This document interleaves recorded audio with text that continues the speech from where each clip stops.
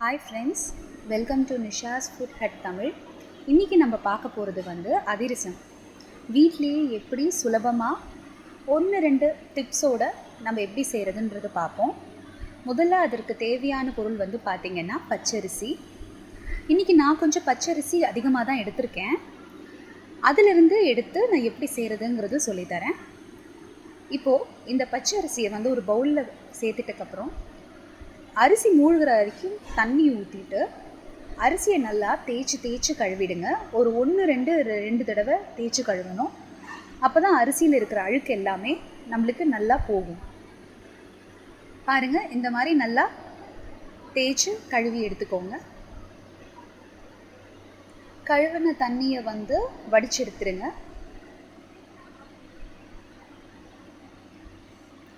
தண்ணீரை வடித்தாச்சு.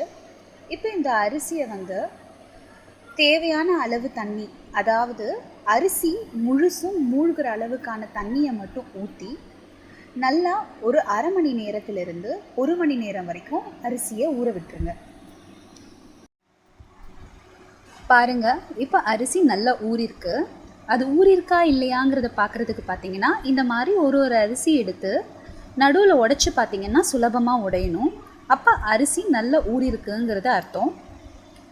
இப்போ இந்த ஊறின அரிசியை ஒரு க்ளீனான ஒரு துணியில் நல்லா கொஞ்சம் அரைவாசி நல்லா காய விட்டுடுங்க. ஹாஃப் ட்ரை பண்ணிவிடுங்க. அதாவது அரிசியில் ஈரப்பதம் கொஞ்சம் இருக்கணுங்க. அதாவது காய வைக்கிறது பார்த்திங்கன்னா ஒரு 15 நிமிஷத்துலேருந்து 20 நிமிஷம் வரைக்கும் காய வச்சு எடுத்தால் போதும். இந்த மாதிரி அரிசி இப்போது எல்லாம் காய வச்சு எடுத்தாச்சுங்க. இப்போ நான் இந்த காய வச்ச அரிசியிலிருந்து பார்த்திங்கன்னா 2 கப் அரிசி எடுத்திருக்கேன். கொஞ்சம் ஈரப்பதம் இருக்குது, அதுதான் முக்கியம். இப்போ அந்த அரிசியை ஒரு மிக்சர் ஜாரில் மாற்றிட்டு நல்ல ஸ்மூத்தான பொடியாக, அரிசி பொடி நல்லா ஸ்மூத்தாக கிடைக்கிற மாதிரி பொடிச்சு எடுத்துக்கோங்க. நடுவில் எதுவும் கொரகொரப்பு எதுவும் தட்டாமல் இருக்கிற மாதிரி இருக்கணும். பின்னாடி நம்ம அரைச்ச பொடியை ஜலிச்சுக்கோங்க. ஒரு வடிகட்டிலையோ ஜல்லடையிலையோ நல்லா ஜலிச்சு எடுத்துக்கோங்க. அந்த ஜலிச்ச மீதியை நம்மளுக்கு அது தேவைப்படாது, அதை எடுத்துடுங்க. நம்ம ஜலிச்ச பொடி தாங்க நம்மளுக்கு இப்போ தேவை. இப்போ இந்த ஜலிச்ச பொடி ரெடியாக இருக்குது. அதிலிருந்து நம்மளுக்கு அளந்து பார்த்திங்கன்னா கரெக்டாக 2 கப் இருக்கும். இப்போ அதிரசம் எப்படி செய்கிறதுங்கிறது பார்க்கலாம். இப்போது அதுக்கு நம்மளுக்கு வெல்லம் வேணும். நான் பாகு வெல்லம் எடுத்திருக்கேன். அதாவது 1 கப்பு அரிசி மாவுக்கு 3/4 கப்பு வெல்லம் எடுத்திருக்கேங்க. அதை ஒரு கடாயில் போட்டுட்டு அதுக்கு தேவையான தண்ணி பார்த்திங்கன்னா அரை கப்பு தண்ணி சரியாக இருக்கும்.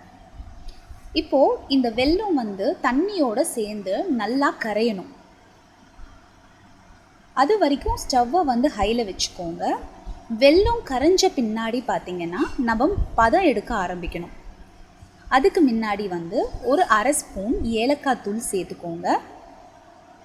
சும்மா ஒரு சிட்டிகையிலிருந்து 2 சிட்டிகை பார்த்திங்கன்னா சுக்குத்தூள் சேர்த்துக்கோங்க. இப்போ நல்லா கலந்துக்கோங்க. தண்ணி நல்லா இப்போ கொதி வர ஆரம்பிச்சிருச்சு. பாருங்கள், பதம் ரொம்ப முக்கியம். இந்த மாதிரி நுரைச்சி ஃபுல்லாக பொங்கி வரும்போது ஒரு சின்ன கப்பு தண்ணியில் அந்த வெள்ளைப்பாகை விட்டு பாருங்கள். விட்டு பார்த்துட்டே இருக்கும்போது அந்த பாகு எல்லாம் ஒன்று சேர்ந்து இந்த மாதிரி உருட்டிட்டு வரணும். கையில் தொட்டால் படாமல் இந்த மாதிரி உருட்டிக்கிட்டு வரணும். அதுதான் கரெக்டான பதம். இந்த மாதிரி பதம் வந்தக்கப்புறம் நம்ம இப்போ ஜலிச்சு வச்சுருக்கோம் இல்லைங்களா, அந்த அரிசி மாவை கொஞ்சம் கொஞ்சமாக சேர்க்கணும். கட்டிப்படாமல் கலந்துக்கோங்க. கொஞ்சம் கொஞ்சமாக இந்த மாதிரி சேர்த்துட்டே வாங்க.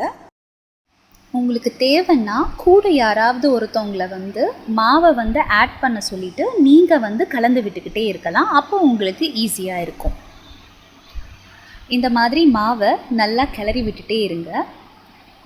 மாவு சேர்க்க சேர்க்க பார்த்திங்கன்னா அந்த வெல்லம் நல்லா இந்த மாதிரி கெட்டியாக ஆகிடும். கடைசியாக அவ்வளோதாங்க, அதிரசத்துக்கு மாவு தயாராகிடுச்சு. இப்போது இந்த மாவை ஒரு பவுலில் மாற்றிக்கோங்க. அதுக்கு மேலே வந்து பார்த்திங்கன்னா காயாமல் இருக்கிறதுக்காக ஒரு 1-2 ஸ்பூன் எண்ணெய் சேர்த்துக்கோங்க. இந்த சூடு வந்து கம்ப்ளீட்டாக ஆறணும். அதுக்கப்புறம் தான் நம்ம அதிரசம் நம்ம செய்ய ஆரம்பிக்க போகிறோம். அதனால் மாவை ஆற விட்டுருங்க. மாவு ஆறிடுச்சு. இப்போ என்ன பண்ணணும்னா அந்த மாவை நல்லா திரட்டி பிசைய ஆரம்பிங்க. ஒரு நிமிஷம் பிசைஞ்சால் போதும். இந்த மாதிரி நல்லா பிசைஞ்சு வச்சுக்கோங்க.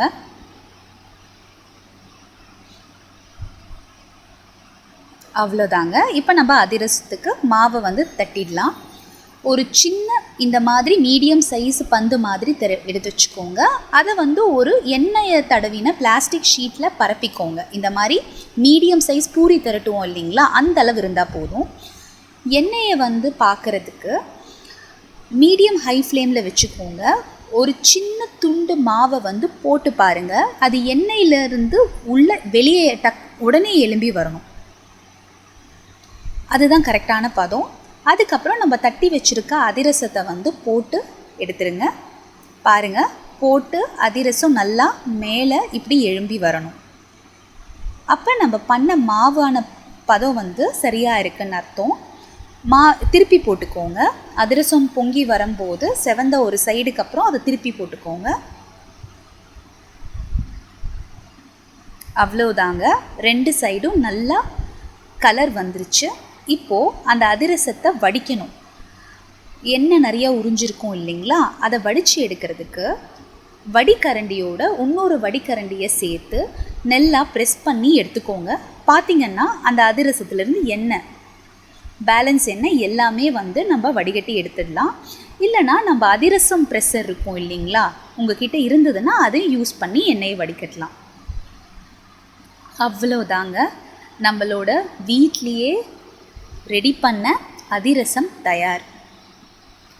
பார்த்திங்கன்னா வெளியில் வந்து மொறுமொறுப்பாகவும் உள்ளே அந்த மாவு நல்லா வெந்து ரொம்ப ஸ்மூத்தாகவும் இருக்குங்க. குழந்தைங்களுக்கு இது ரொம்ப பிடிக்கும். வீட்டில் கண்டிப்பாக செஞ்சு பாருங்கள். உங்களுக்கு இந்த வீடியோ பிடிச்சிருந்ததுன்னா நிஷாஸ் ஃபுட் ஹட் தமிழ் சேனலுக்கு சப்ஸ்கிரைப் பண்ணுங்கள். கண்டிப்பாக கீழே இருக்கிற பெல் ஐக்கானை ப்ரெஸ் பண்ணுங்கள்.